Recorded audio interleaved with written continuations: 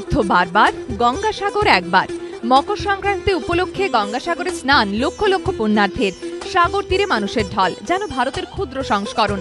পুণ্য লাভের আশায় দেশের বিভিন্ন প্রান্ত থেকে ছুটে এসেছেন পুণ্যার্থীরা। সেই সঙ্গে সন্ন্যাসী, দেশি বিদেশি অতিথি সব মিলেমিশে একাকার কপিলমুনির পুণ্যক্ষেত্রে।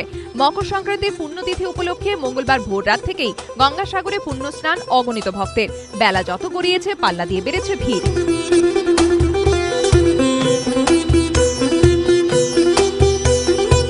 কপিলমুনির আশ্রমের সামনেও লম্বা লাইন। কোন রকম দুর্ঘটনা এড়াতে আশ্রমের সামনে দেওয়া হয়েছে ব্যারিকেড। অপ্রীতিকর ঘটনা এড়াতে নিরাপত্তা বেষ্টনীতে ঘিরে ফেলা হয়েছে গোটা এলাকা। মোতায়েন করা হয়েছে প্রচুর পুলিশ।